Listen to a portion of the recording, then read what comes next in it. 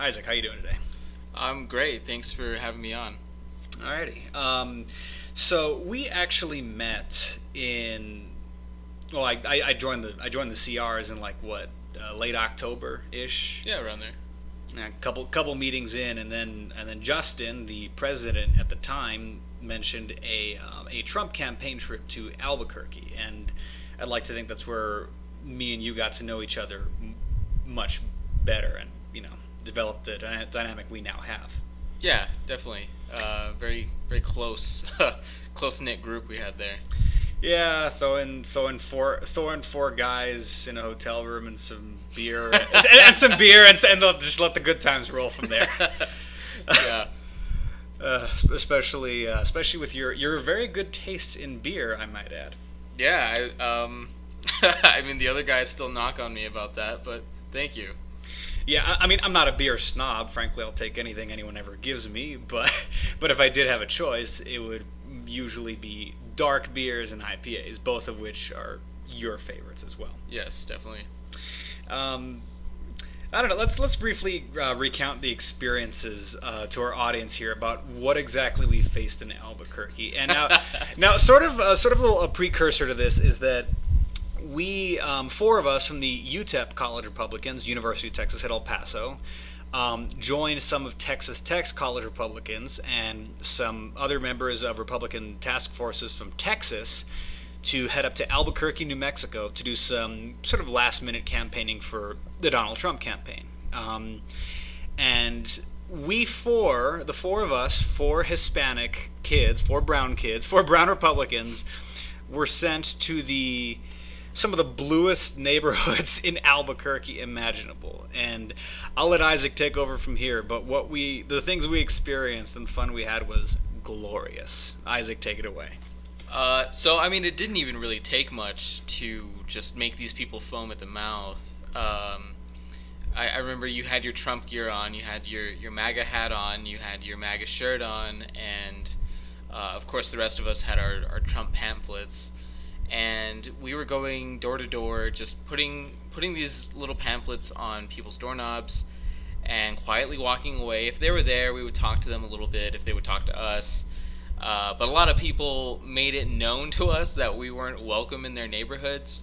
But the best part about that is, I think you and I, at least, come from working class families, and we're in these rich white neighborhoods, and they're telling us that we're not welcome there, and that that one lady called us fascists and said to and I quote, "Get the fuck out of my neighborhood, you fucking fascists."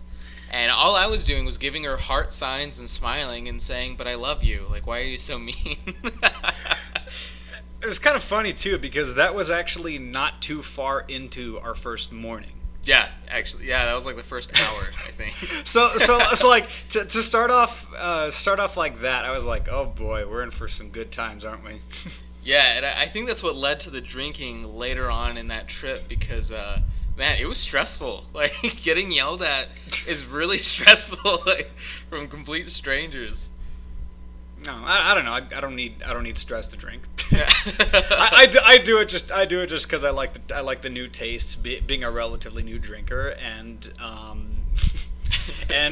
just the relaxing and social effect it can have. You speak for yourself, man. I wasn't that stressed. I was physically exhausted, but yeah, I don't know. I just enjoyed the whole idea of, oh, there's a Bernie sign or there's a Hillary sign. Like, let's go fuck with these people. And, like, I think with any other type of politically aligned person, you could put a Hillary sign on a Trump, Trump house, and they'd be fine. They'd, say, whatever. But, like, these people were pissed. I mean, like, one guy called us out when we were already halfway down the block to tell us that he was throwing away our trash for us, and then there was that lady and her boyfriend, otherkin looking thing, who told us we weren't welcome in that neighborhood, and then the old guy riding the bicycle who said wrong fucking neighborhood. Of course, that one lady who looked way too young to own that house, so it had to be her parents' house. And yeah, just foaming at the mouth, like just screaming at me from her kitchen sink. Wasn't there like a couple of chicks? It might have been like a mother and a daughter or something that were saying that they were avid feminists and they supported Hillary Clinton. Yeah.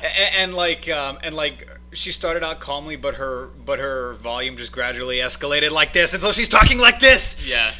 And then the two old ladies that told us to get off their driveway before I even said anything. And then the guy who called me a wannabe white boy. That guy. That dude was... I was so pissed that I was on the other side of the street when that happened because I wanted to hear that exchange. An older, richer white man telling you, a poorer Hispanic kid...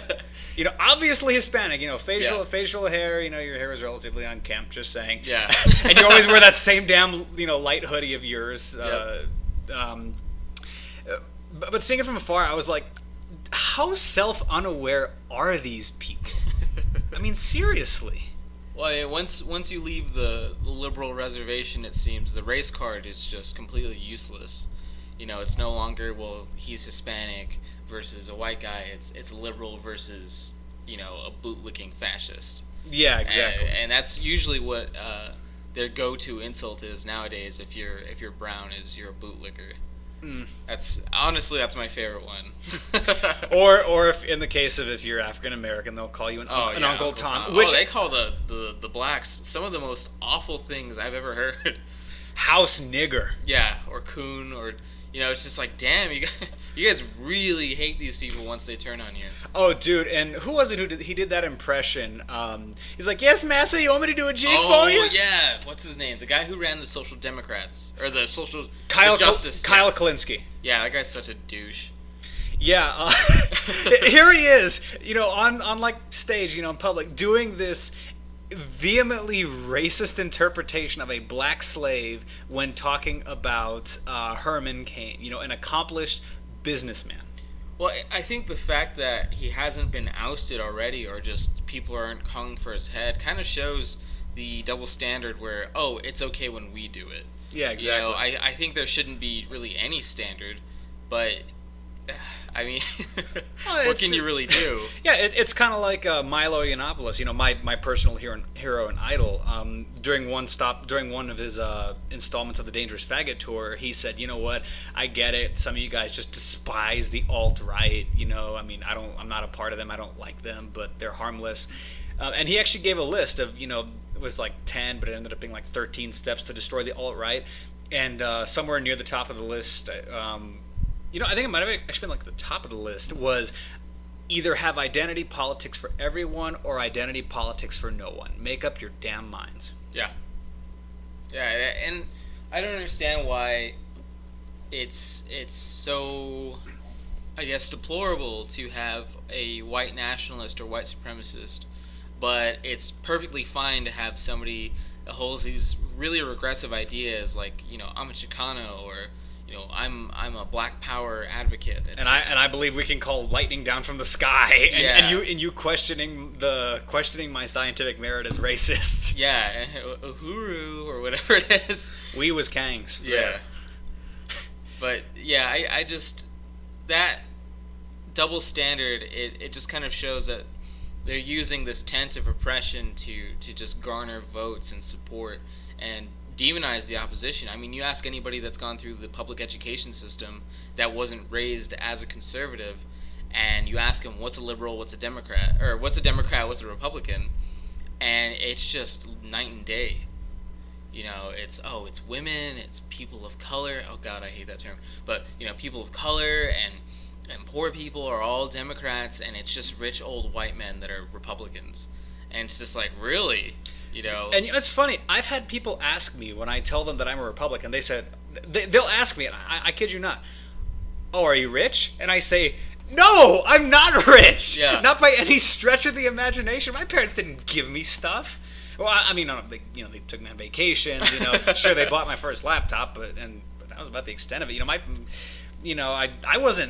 never grew up in a charmed life. I mean, sure, I'm not technically on paper working class because both my parents are teachers and we're middle class income, but we're in so much debt that we might as well be working class without having our times of going short on food and whatnot. And but point is, it's like, are you rich? It's like, what the hell question is that? Yeah, as if poor people couldn't possibly have an objection to the Democrat or just the leftist narrative in general. Yeah. Oh, there's tons wrong with it, but I mean, when you have a worldview that's as simplistic as, well, they have to be rich, they have to be evil, and they have to be white, or one of those things in order to be a Republican. Or male.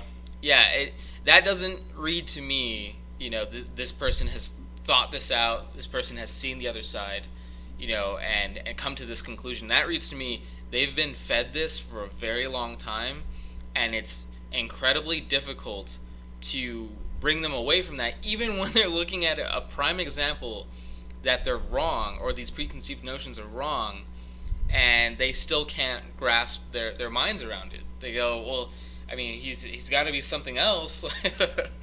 And it just blows my mind every time I get into this conversation with leftist or somebody that's really never met a conservative.